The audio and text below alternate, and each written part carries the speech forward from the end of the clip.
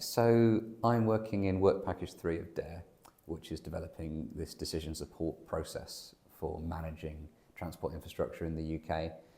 And as part of the decision support process, I'm looking specifically at ageing infrastructure in the UK. So if you look at just the sheer size of the built environment we have, that we've built up over the last couple of hundred years, we add very little to it. Every new year through construction, it's about 0.5% of the capital value of the existing stock. So a lot of our future transport infrastructure already exists today, and it's only going to get older.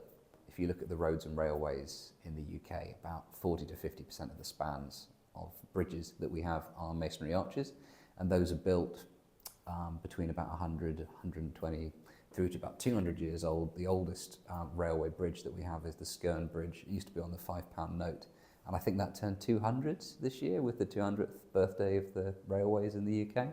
So that's still in continuous operation. Obviously, it's been doing its job for a long time. We need to understand a bit more about how it's going to work in the future.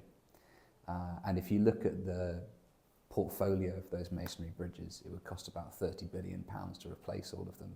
So it's realistically not something we're going to be able to do in the short term, at least. So given how old they are now, understanding their deterioration is really important for the future.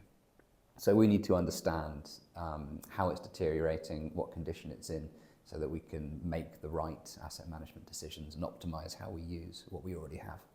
So we're building on past research that I and the team have done on sort of using structural monitoring technologies to understand the condition of ageing infrastructure. In my past research, I've mostly worked on masonry structures, so masonry arch bridges on the railways, and we've come up with some novel instrumentation schemes that we can put onto those bridges to understand how they behave.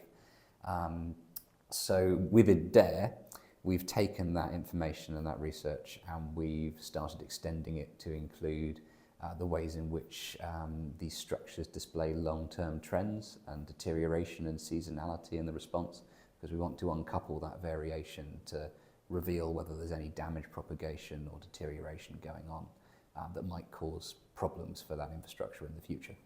So the next steps are to take that understanding of infrastructure's condition and that understanding we're working on now of the deterioration of the infrastructure, and to look at processes that might cause deterioration but that are sensitive to the climate and to weather. And then we can start to bring in some of the other research on DARE about thresholds for climate change that affect transport infrastructure and some of those future climate projections and weather generation. And we can see how deterioration of the infrastructure might change into the future and what that might mean for the remaining service life of some of these structures. And then we can use that information to look at ways we could strengthen it or improve its condition so that it's fit for the future.